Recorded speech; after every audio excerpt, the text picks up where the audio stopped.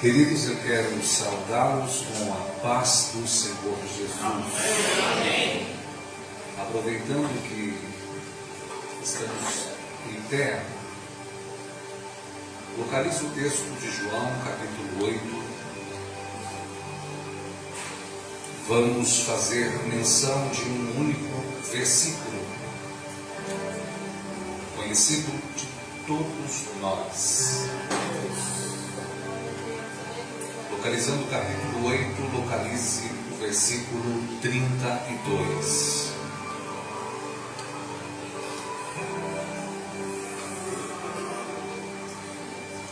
João capítulo 8, versículo 32. Passo a ler neste momento. E conhecereis a verdade, e a verdade vos libertará. Vamos de novo, que pode melhorar. E conhecereis a verdade, e a verdade vos libertará. Você sente? Um bom pentecostal. Pastor Felipe, um prazer estar novamente, já de alguns meses, Alguns meses, estamos retornando a essa casa, sempre um privilégio, como também um prazer estar unido com os irmãos e podendo juntos prestar ao Senhor um culto racional. Pastor Clailson, nosso amigão, eu falei para ele, se eu recebesse hoje, eu traria um presente. Não recebo. Mas fica aí na pendura. Vai chegar. O Sr. Felipe pediu para me apresentar minha família, minha esposa Serena, juntamente com a primogênita Vitória, e a Emily agora não será mais a nova, porque a minha esposa está carregando mais um bebê. Segunda-feira nós vamos saber que é 99,9% dizem as boas línguas que lá vem o profeta aí. Eu estou desvantagem lá em casa, 3 contra 1. Já tem tempo que eu estou sendo massacrado lá, pastor. Tomara que venha um varão para a gente, pelo menos, dar uma equilibradinha. Queridos, o capítulo 8 de João é um capítulo um tanto quanto pouco prescrutado por nós.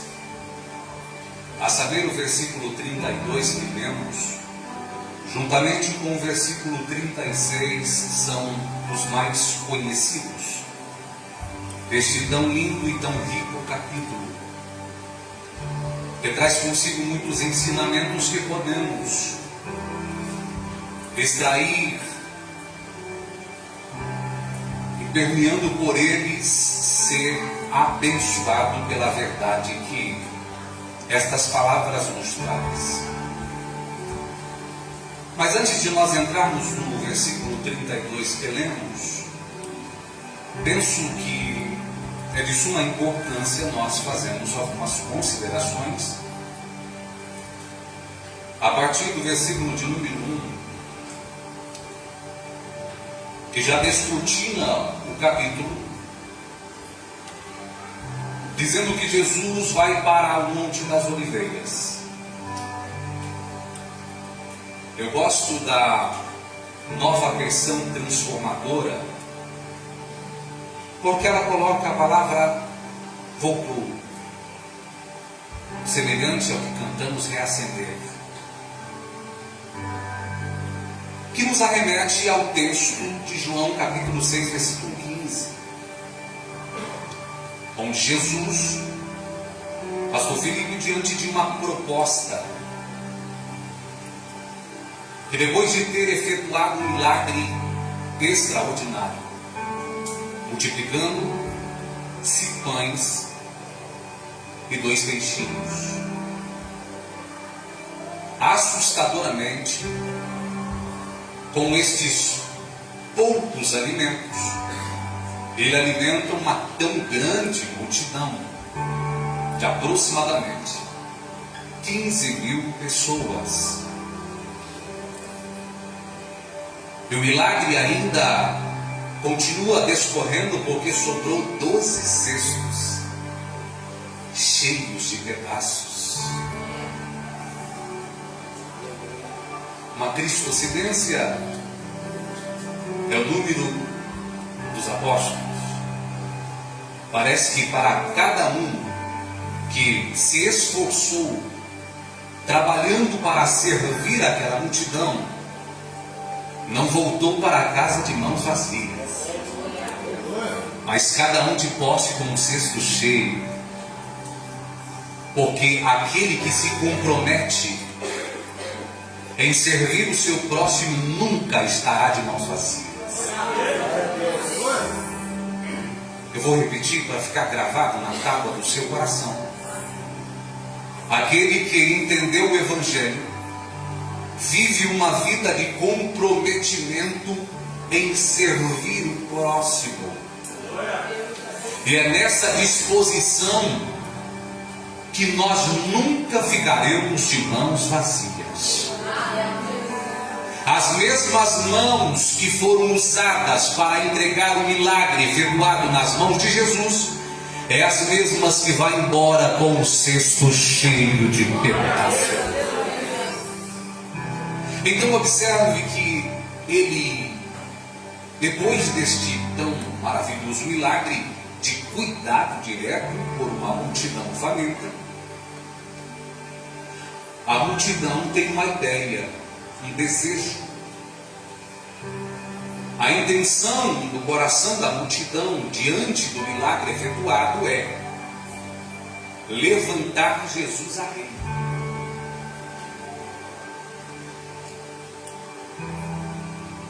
Preste atenção nisso.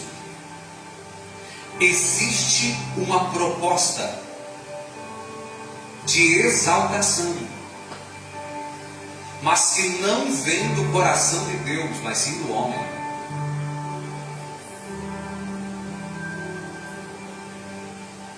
E como Jesus não é comprado por propostas, mas vive em torno de um propósito, ele sai de cena. Sabe para quê, pastor Claudio? Para estar a sós com Deus. Pastor Felipe, ele está rejeitando ser erguido por homens para estar aos pés de Deus.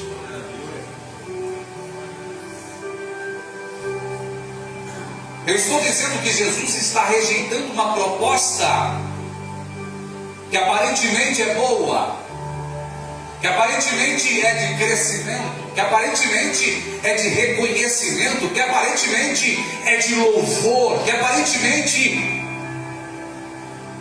é de levar a um patamar maior. Mas ele sabe que todos esses aparentemente não vêm e não é procedente do coração de Deus. Logo, se ele aceita esta proposta, por mais que pareça ser boa, mas levaria-o a abortar a sua missão antes do tempo. O contexto é de uma morte trágica do profeta João Batista, que ameaçou o reinado e o trono de Herodes, aquele que é sedento por poder.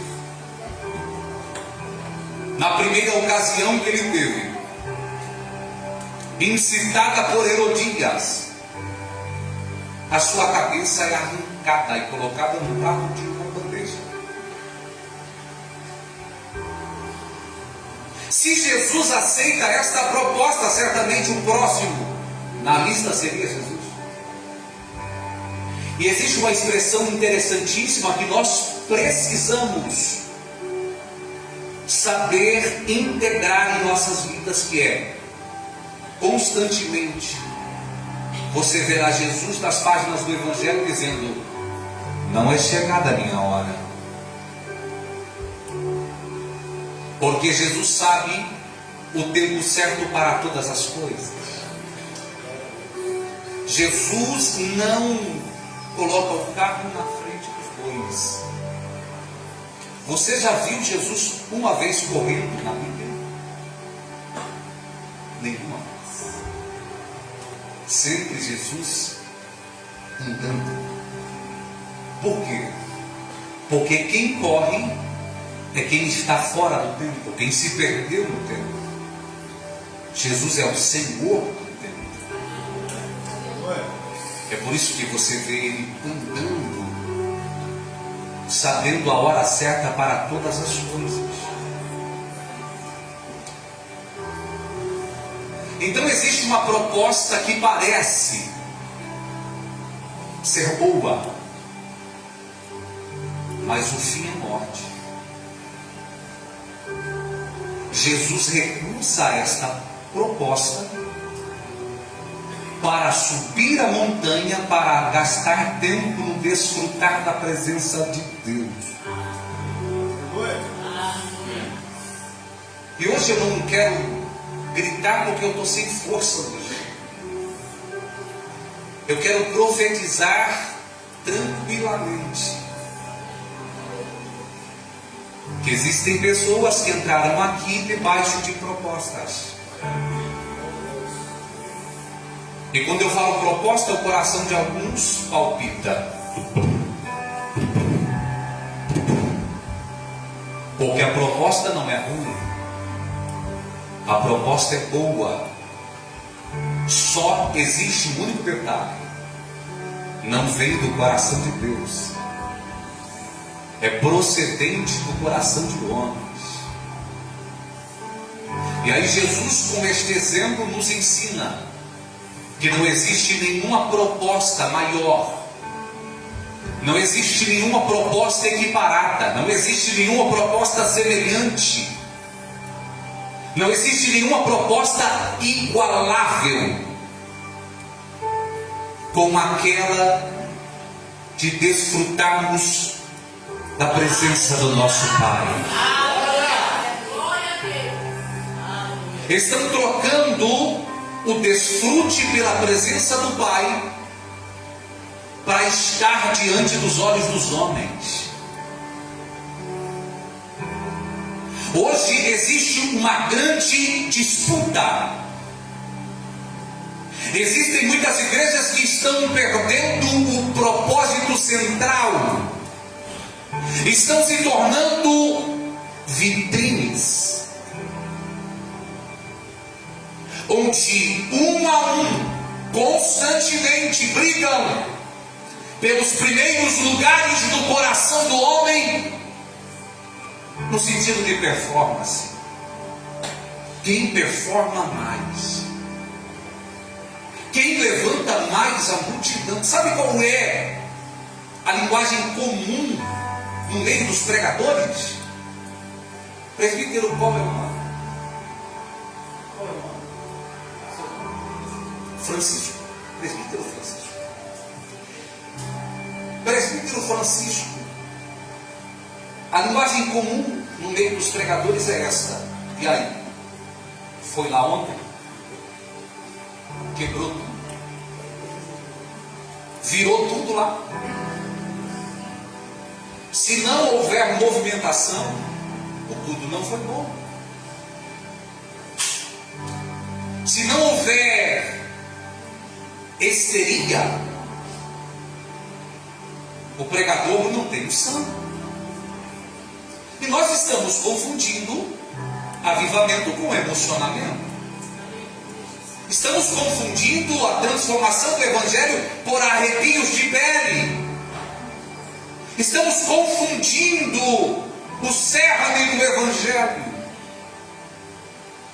porque estão querendo performar diante dos olhos dos homens. E Jesus nos ensinou: quando for orar, não faça como os hipócritas, que ficam nas esquinas, nas praças, e ficam orando para aparecer diante dos homens, e o louvor dos homens alcança-os, dizendo: homem de Deus,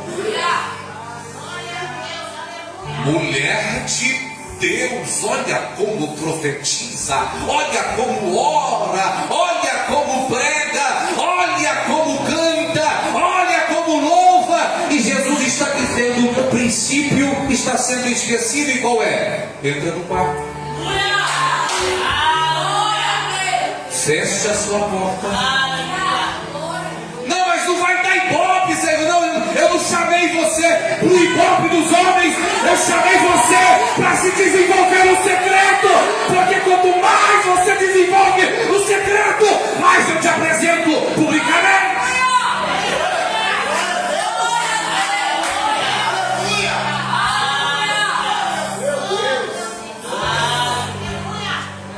Ele deixa uma proposta maravilhosa aqui. Olharia nossas pernas, sim ou não?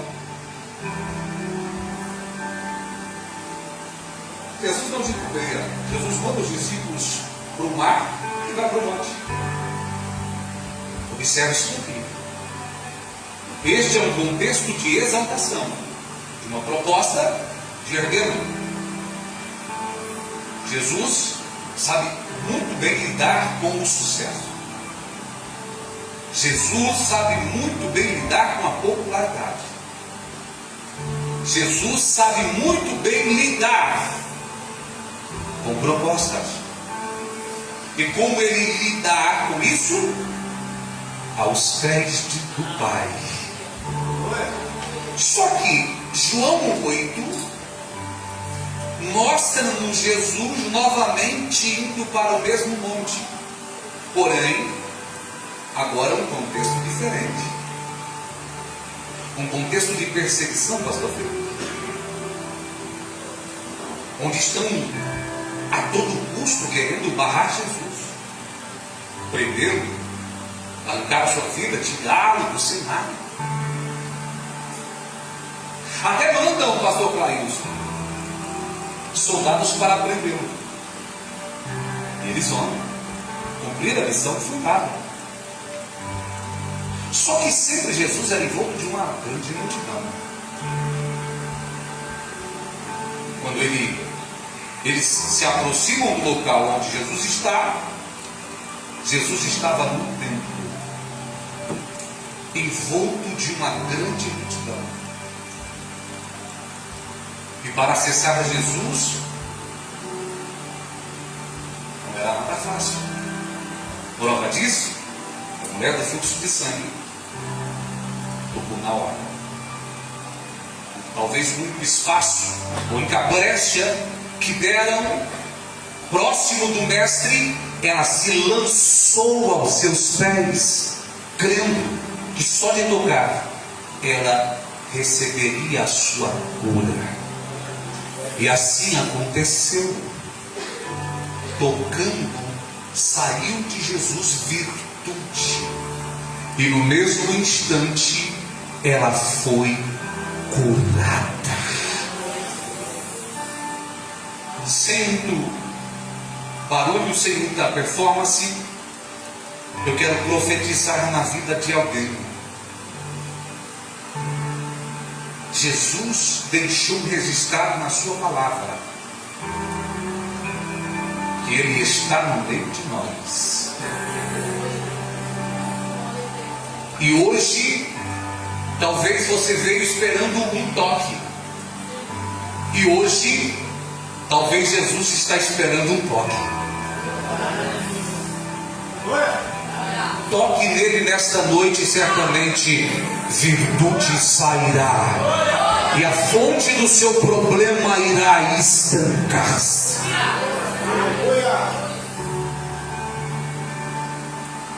Quanto mais longe de Jesus estava, mais baixa, inaudível a voz de Jesus é.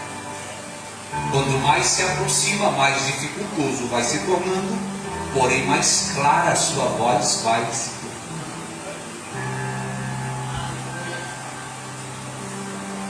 Quando nós olhamos para um avião sobrevoando sobre a nossa cabeça nos altos céus,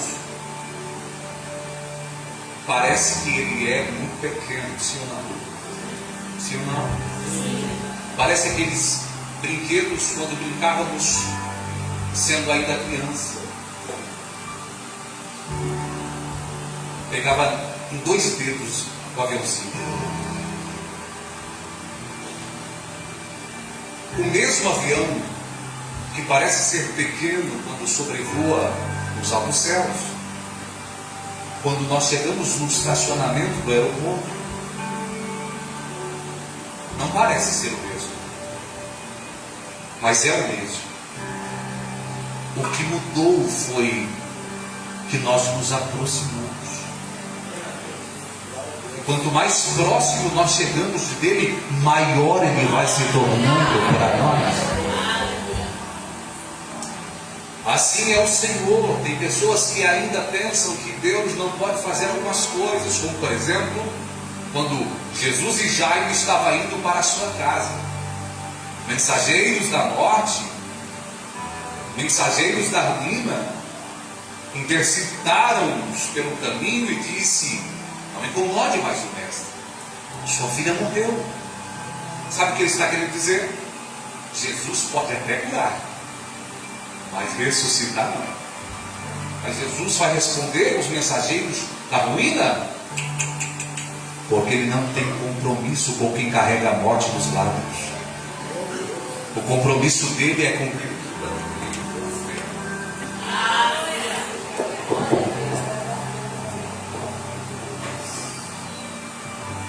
É por isso que a palavra direcionada é para Jairo: crê somente.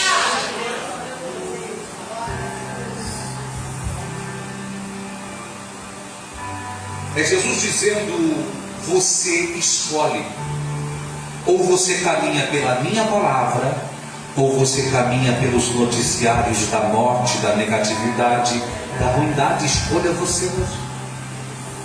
O problema é que nós viemos para alguns cultos, ouvimos palavras de fé, somos incendiados, mas na primeira esquina, quando encontramos alguém, a palavra cai por terra e a gente fica com as negatividades que nos falam. Faça como Jairo hoje e receba a palavra de Jesus. Crê somente. Não, mas tu não está dizendo não. Crê somente. A porta não se abriu. Crê somente. Mas o milagre não. Crê somente. Mas não andou ainda. Crê somente. Mas não fala. Crê somente. Mas não sofra. Crê somente. O problema é que nós queremos crer e adicionar a lógica, a razão. Deus falou que vai fazer, mas será que ele vai vir pela direita? Será que ele vai vir pela esquerda? Será que Deus vai usar aquele parente meu da tocha? Será que Deus vai usar um médico? Será que Deus vai ter misericórdia de usar as mãos? Deus falou? Não fique criando, porque Deus é especialista em confundir. Quando você espera que vem para a direita, vem para a esquerda. Quando você pensa que vem de cima, vem de baixo. Quando você pensa que vem de trás, vem da frente. Quando você pensa que vem de lá, vem de cá. Não espere na sua lógica. Espere com fé, confiando em Deus. É Ele que vai fazer.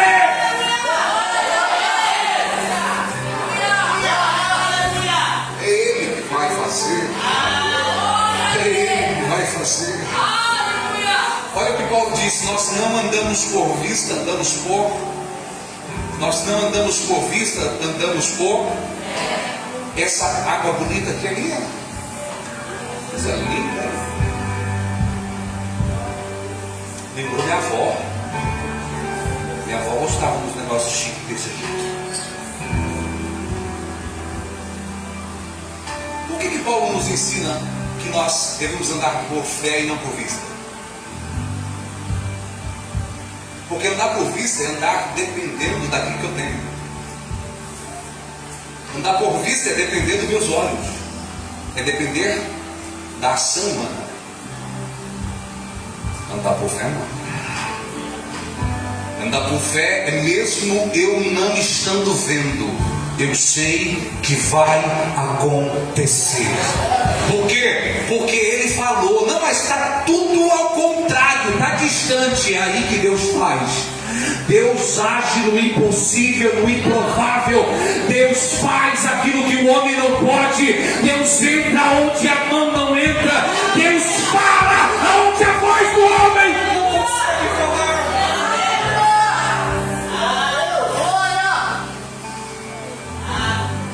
Então você observe como que Deus lida tanto com a exaltação quanto com a perseguição.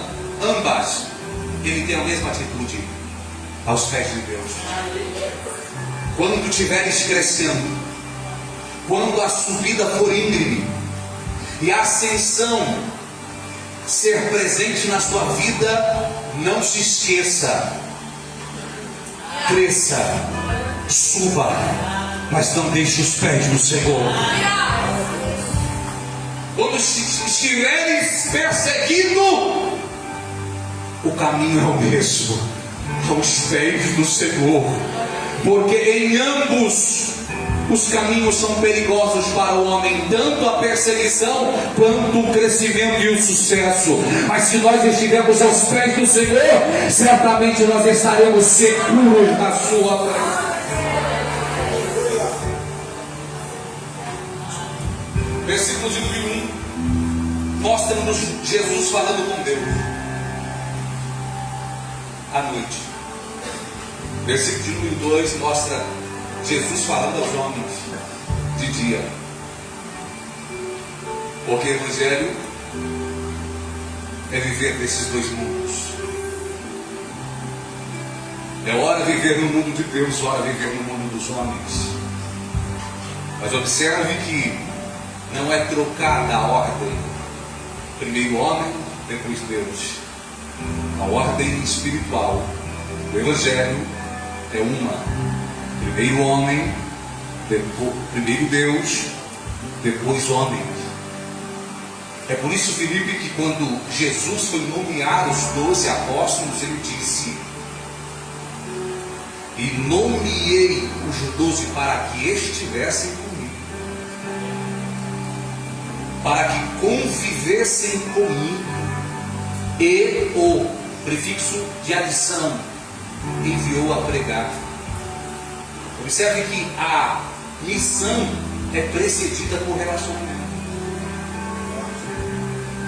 Porque tem muita gente fazendo missão de Deus sem Deus da missão. Agora, quando nós entendemos essa ordem, primeiro Deus e depois homens, certamente tudo que eu fizer no mundo dos homens será aprovado pelo mundo de Deus. Eu vou saber aonde entrar, eu vou saber onde sair, eu vou saber o que falar, eu vou saber o que fazer, porque eu vou estar governado por Ele.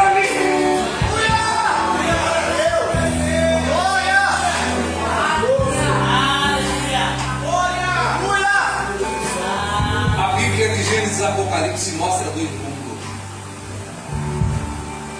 constantemente. A Bíblia está mostrando dois caminhos somente, mas nenhum.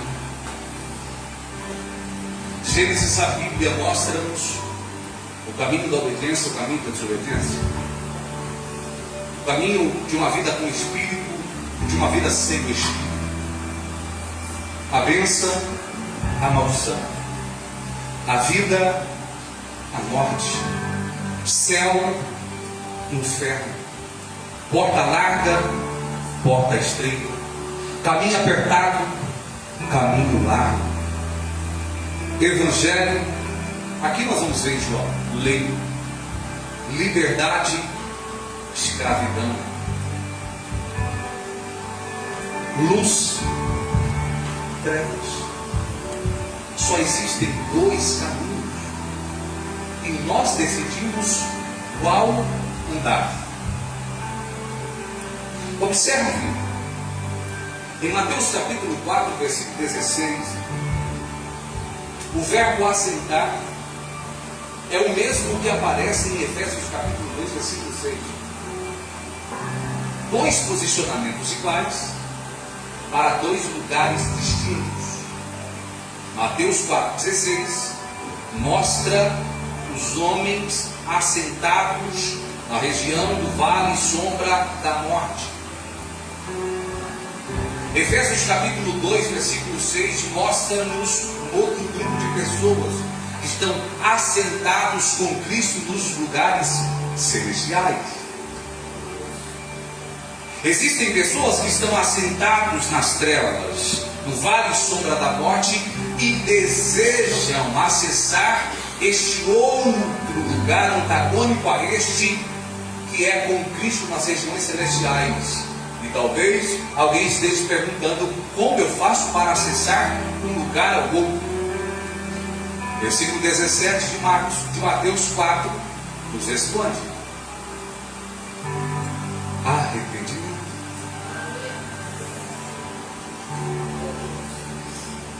A única chave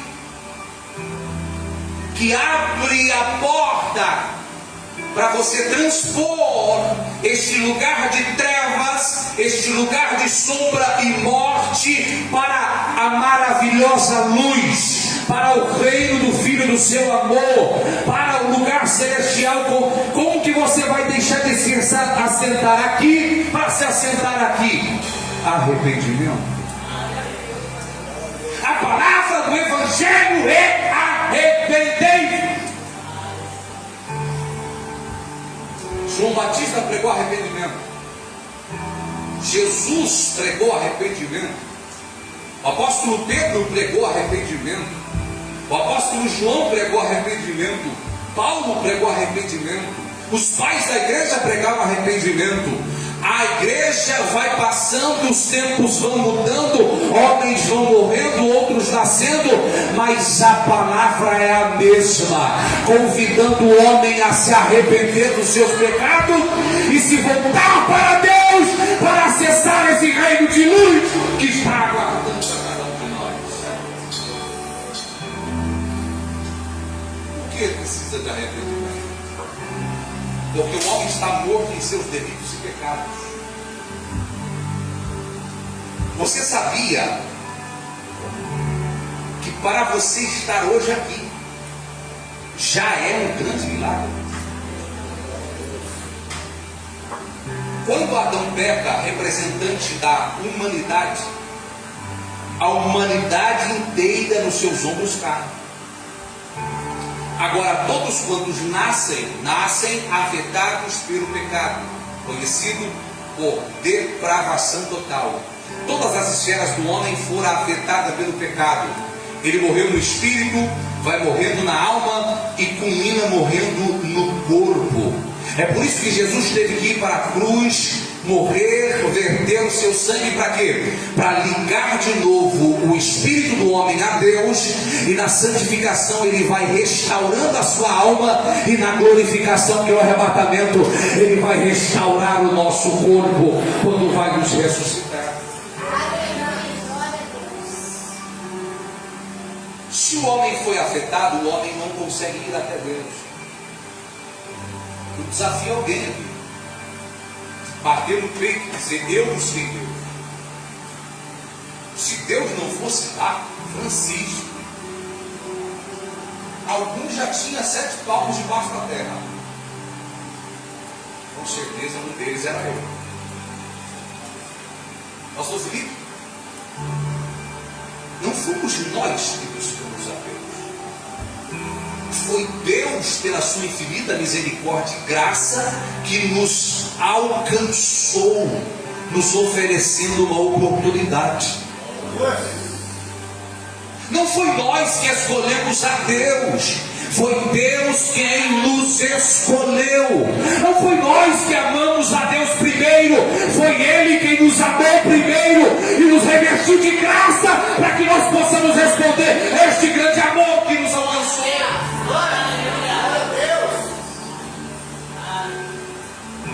O homem não busca a Deus se Deus não buscá-lo. Você Você sabe, você está aqui melhor do que eu. Você sabe porque a vida é sua. Quando Deus ainda não havia te encontrado e te dado uma oportunidade pela graça, você nem pensava em Deus. E quando pensava pelos seus interesses pessoais e particulares. Só quando o calo apertava. Hoje não. Por mais que você peque ainda, por mais que você deslize, que você fale, você acorda pensando em Deus. Você vai comer pensando em Deus. Você vai dormir pensando em Deus.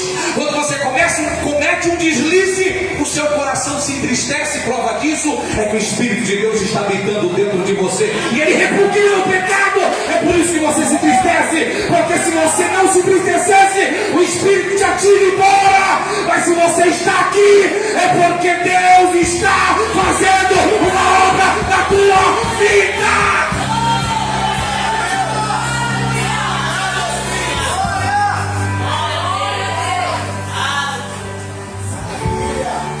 Louvado seja Deus por essa maravilhosa obra da graça em nós. A justificação nos devolve a Deus no Espírito. A santificação nos devolve a Deus na alma. A glorificação nos devolve a Deus no corpo. Porque quando Ele te escolheu, Ele disse: eu quero você por inteira. Eu resgato por inteiro, eu faço a obra por completo, porque aquele que começou a boa obra é fiel, para cumprir-la, para terminar.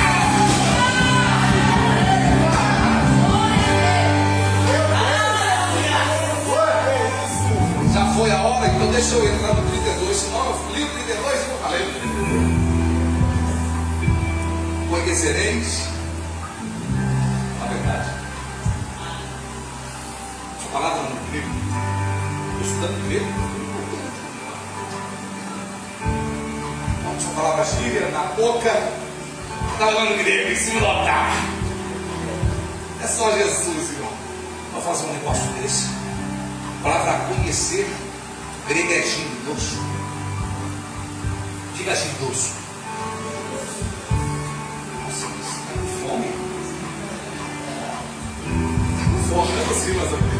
Tem uma canja aí que vai churrasco? Isso. Olha aí, que você falou que está com comer carne.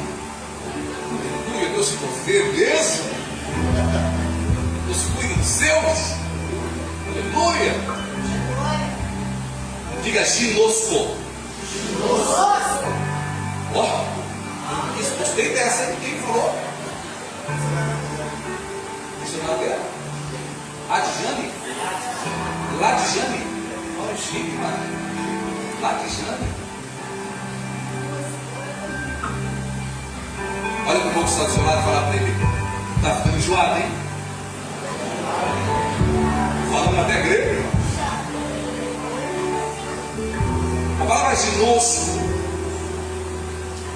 ela nos denota a ideia de relacionamento. É de tocar, mas também ser tocado. É de conhecer, mas também ser conhecido. Que é a mesma raiz hebraica da palavra Yadá, que se encontra em Gênesis 4:1. E conheceu Adão e Eva, e gerou à luz a Eva.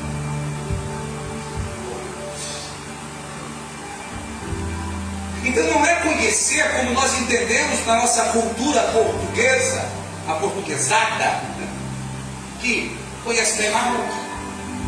Conhece? Eu também conheço. Quanto que a gente tomou um café com ele?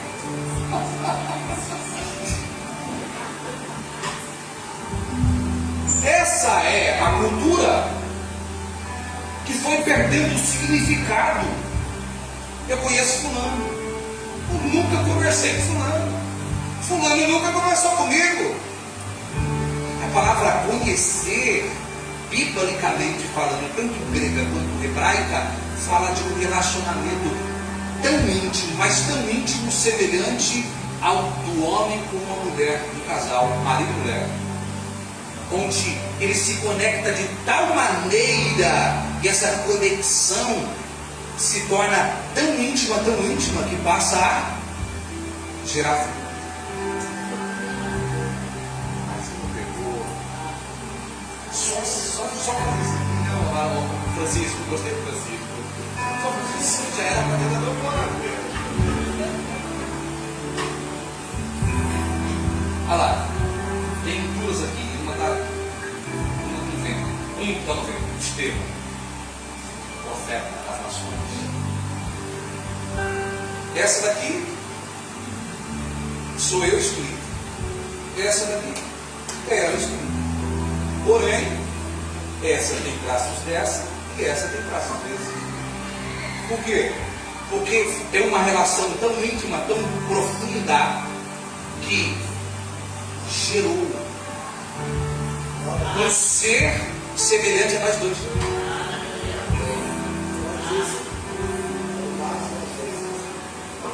Aí vem Max Weber, vou gastar, pai da sociologia, estudando a sociedade, os grupos de pessoas na sociedade, ele chegou a uma conclusão de que a identidade é construída no ambiente que se vive. Paulo já tinha falado isso daí, as más conversações corrompem. Se você ficar um ano em um lar que você não conhecia essas pessoas, depois de um ano, essas pessoas vão estar em você e você vai estar nelas.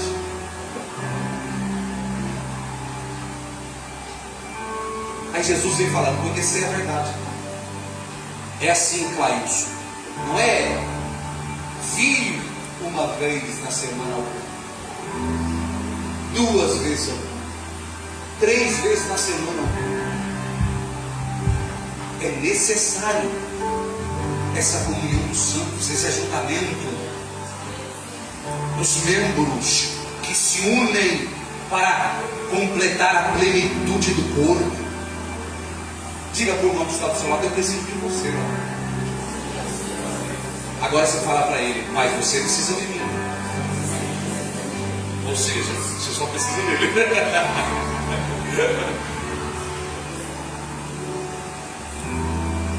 É um relacionamento íntimo. Varão está no fogo aqui. Varão está no fogo. Vai para cá. É diário. É um relacionamento diário. Eu vejo minha esposa às vezes falando aquilo que eu falo. Aí eu falo para ela, você é minha fã, hein?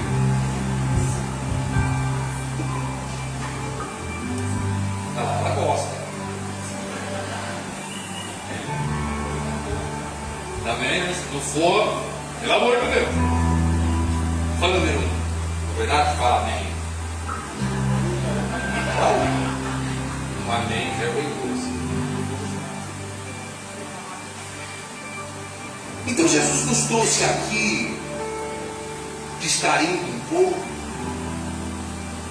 para nos mostrar essa verdade, porque Ele quer que nós vivamos, coloquemos em prática. É esse relacionamento pessoal, íntimo, particular, diário, onde nós vamos nos relacionando com Ele, Ele vai se relacionando conosco, eu vou falando com Ele, Ele vai falando comigo, eu vou tocando Ele vai me tocando, até se cumprir João 17, a oração que Ele disse, eu não oro só por estes, mas eu oro por todos quantos não vivi. Ele estava orando por nós nessa noite, e Ele dizia que Ele seja um, como eu e o Senhor somos um.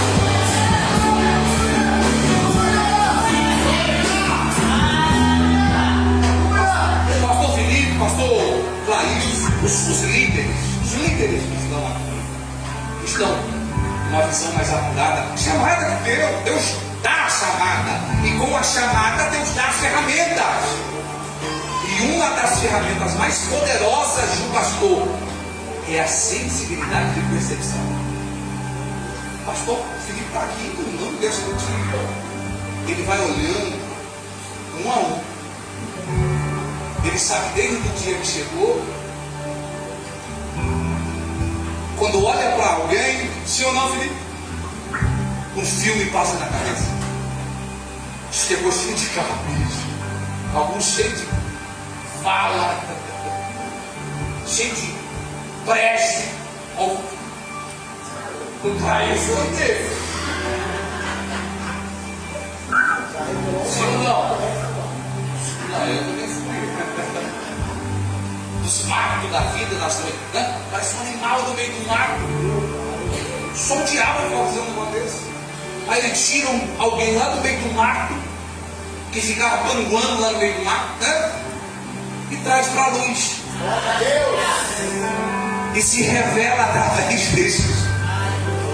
Essa é a vontade de Deus, é que você se relacione com Ele, a tal ponto de você se misturar com Ele, onde as pessoas olhem para você e falem: eu estou vendo o Cristo nele, eu estou vendo Cristo, eu estou ouvindo Cristo, eu estou sentindo Cristo, Ele é o pedaço, o representante de Cristo na terra. Eu termino agora, prometo. Não acredito que o pastor está falando.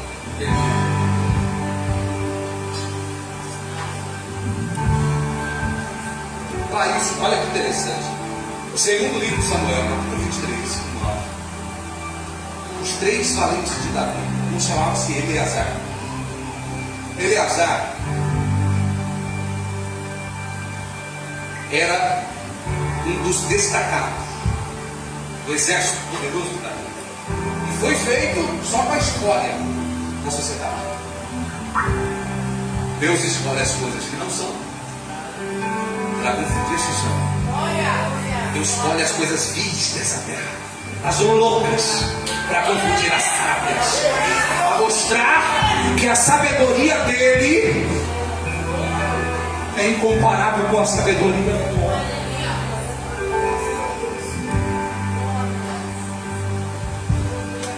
Os filisteus estavam de tocaio. De tocaio. Diabo é assim, covarde, escondido. O exército todo reunido, eles não sai agora. Quando o exército saiu, virou as costas, foi embora, eles disseram: vamos pegá-lo de surpresa. Quando eles se levantaram para pegar covardemente o exército de Israel, Eleazar estava na brecha. Eleazar tirou a espada da bainha. Você acha que ele ficou olhando para trás? Igual os guerreiros de Tigrão, medroso, covarde? Se colocou no meio da guerra e falou: daqui eu não saio, daqui ninguém me tira. Pegou a espada e começou a guerrear sozinho, irmão. Mas se ele pensava que estava sozinho, porque a Bíblia diz: e por intermédio dele, Deus operou um grande livramento. Porque quando você está na posição, você saca da espada, mas quem guerreia a tua guerra é Deus, quem peleja a tua guerra é Deus, quem batalha por você é Deus, quem vai operar o livramento é Deus.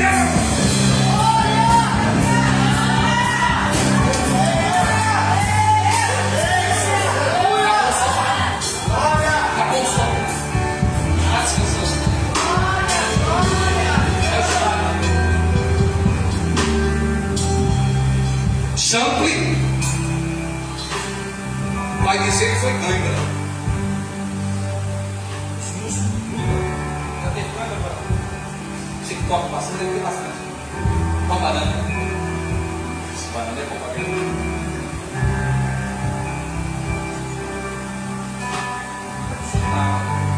Só que Flávio José diz algo interessante. Não foi cãibra. De tanto ele derramar sangue, pastor Felipe, na guerra, a espada, o sangue foi descendo, se tornou uma bola. Pastor Clailson, quem olhava de longe não conseguia identificar duas coisas: mão e espada. O o sangue unificou. A espada se tornou a extensão do braço.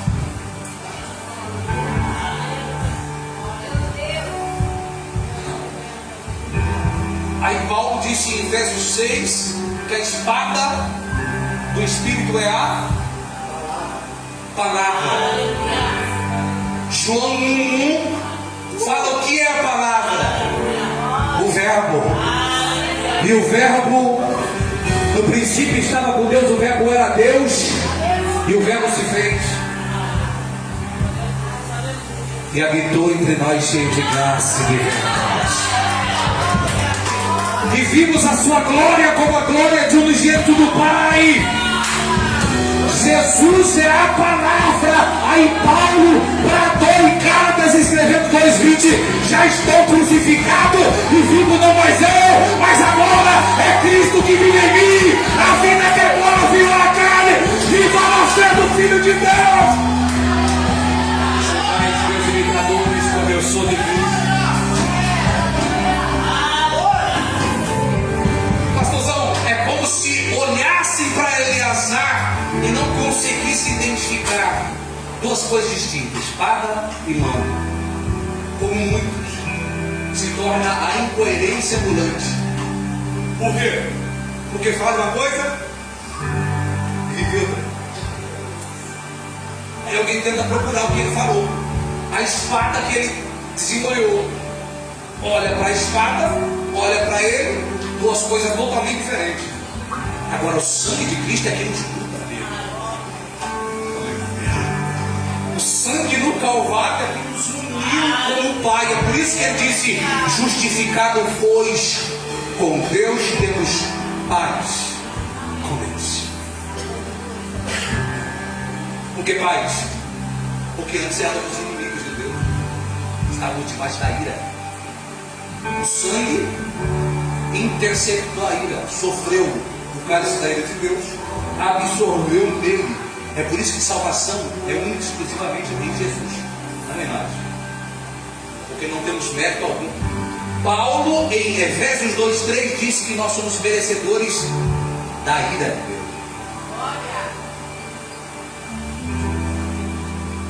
É por isso que Paulo nos convida a revestir-nos de Cristo.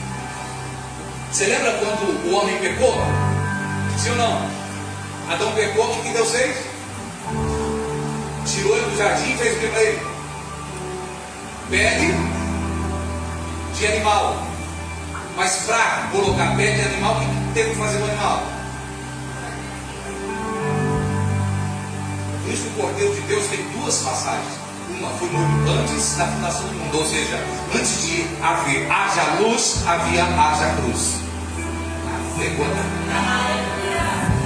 E o outro é: o Cordeiro de Deus foi morto desde a fundação. Desde Gênesis, Jesus já está aparecendo pré-figurado lá. Ele ia morrer para vexame dele do homem. É por isso que nós temos esperança somente nele. Não é no meu talento, não é na minha habilidade, não é porque eu sou bom, não é porque eu não peco como antes, não é porque eu oro 2, 3 horas por dia, não é porque eu evangelizo, não é porque eu jejuo, não, é porque Ele me merece, e a nossa fé está depositada nele, somente nele, âncora da nossa alma. A bênção do pastor Felipe se colocando de pé.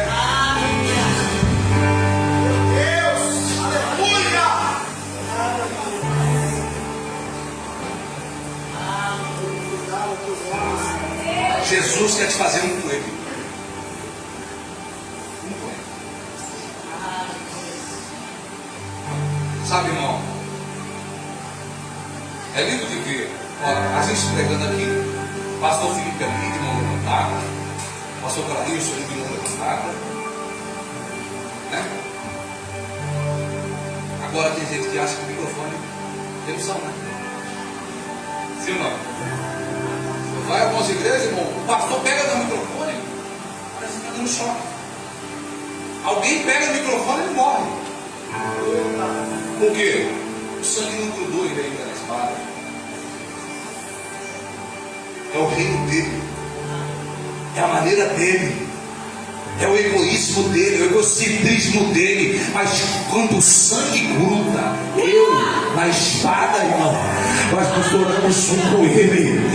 Nós olhamos a vontade de dar uma espadada, mas a misericórdia entra na frente e diz: perdoa ele, tenha compaixão dele, dá uma chance de novo para ele, estende a mão e levanta ele de novo, ora por ele de novo, prega para ele de novo, abraça ele de novo. Ele está grudado, irmão. Ele não está grudado. E eu termino agora com um alerta. Eu não posso ir embora sem deixar esse alerta que o Espírito de Deus deixa. Observe como começa o capítulo 8. Com religiosos, com pedras nas mãos, pronto para matar uma mulher, evocando a lei, querendo achar uma brecha em Jesus. Jesus não estava em bola, escrevendo na areia.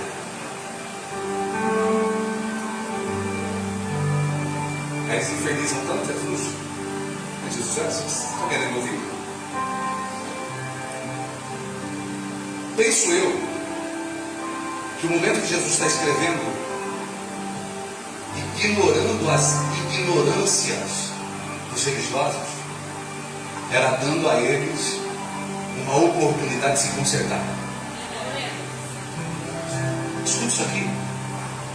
Eu não sei para quem é essa, mas eu sei que é contra mim. Ah, mas Jesus está em silêncio. Talvez seja Jesus oferecendo o silêncio como uma oportunidade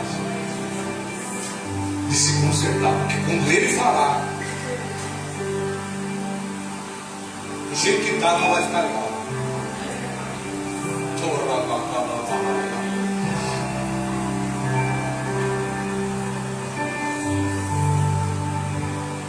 Eles evocam ele. Moisés disse. Jesus disse. Moisés disse. Quem tem pecado? Atira. O único que tinha condições suficientes para apedrejar é Jesus. Jesus não faz. Jesus fala: atira. Tu não é santo? Atira. Mas você que é o santarrão, atira a pedra. Você não peca? Atira. O que a Bíblia diz? Eu gosto da King James atualizada. Ela fala assim, ó: alcançando a consciência. Porque aqui existe um tribunal que ora nos absolve e ora nos condena. A não ser hipócrita, porque hipócrita não tem consciência, já foi corrompida, cauterizada. A consciência julgou a atitude de cada um deles, e eles, um a um, do maior ao menor, foram indo embora. E Jesus continuou.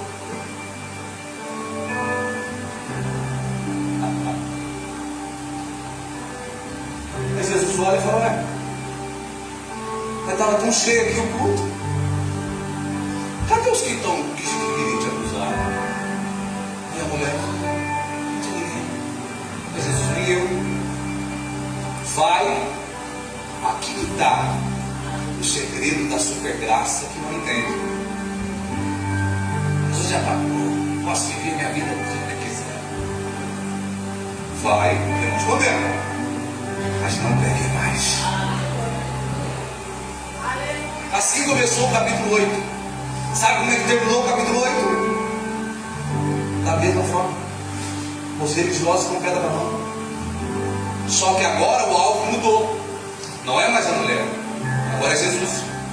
Por que queriam apedrejar Jesus? Porque Jesus foi contra os seus desejos e pensamentos. Você já viu as pessoas que usam? Até quando você está concordando, agradando, elogiando, fazendo o que eles querem, elas estão, ó, amiga! Contraria para ver. De anjo passa para demônio. Natureza pecaminosa, não.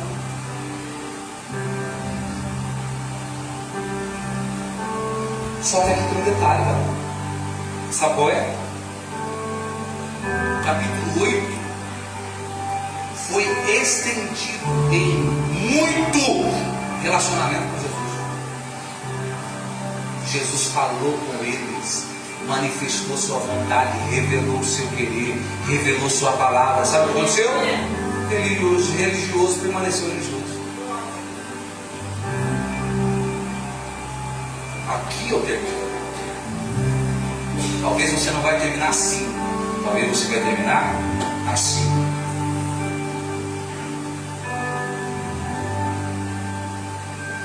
Porque o Evangelho ainda continua sendo transformação. Existem pessoas, que relacionam-se com Jesus, recebe da sua palavra, recebe da sua vontade, mas continua religioso. Continua com pedra na mão. Por quê? Porque não se submete à sua vontade e não é transformado por ele.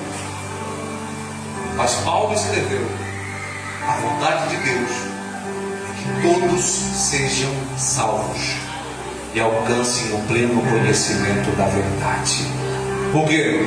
Porque só a verdade é que tem o poder de libertar o homem. Então eu convido você a olhar para dentro de você agora e ver um caminho. Não estou falando de perfeição, porque o único perfeito é Jesus. Eu estou falando de um comprometimento em um caminho de transformação, onde hoje eu sou melhor do que ontem, mas pior do que amanhã. Por quê? Porque amanhã eu vou ser melhor do que hoje. Um caminho contínuo e constante, com um comprometimento com a transformação. Feche seus olhos. Eu vou orar por você. Pai, em nome de Jesus, aqui estão sua igreja, seus filhos. Quantos são, Senhor? Aqueles que desejam, que anseiam mudarem. Alguns entraram aqui brigando consigo mesmo, porque não estão conseguindo vencer a si mesmo, não estão conseguindo vencer os seus pensamentos, vencer as suas más ações, vencer os seus maus caminhos. Não estão conseguindo, Senhor, e certamente nós não conseguiremos se o Senhor não for conosco. Se o teu Espírito não agir em nós, certamente nós seremos fracassados. Mas se o teu Espírito for conosco, certamente nós sairemos vitoriosos dessa guerra, que nós não estamos guerreando com carne e com sangue. Nós não estamos guerreando contra os homens. A maior guerra que nós estamos enfrentando é conosco mesmo. Como disse aquele louvor, liberta-nos de nós. Porque tua palavra nos mostrou para sermos destruídos, não precisamos ser entregues ao diabo. Paulo nos ensinou em Romanos 1. É só o Senhor nos entregar a nós mesmos. Nós seremos destruídos. Porque o poder do pecado, que é destrutivo, habita em nós. E se tua graça não agir em nós, certamente anos virão e nós permaneceremos de mesmo.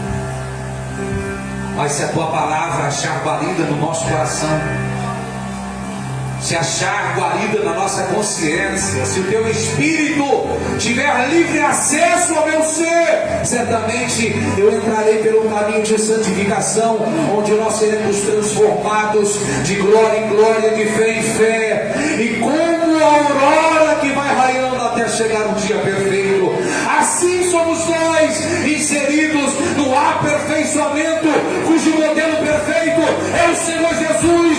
É por isso que os nossos olhos estão fitos no autor e consumador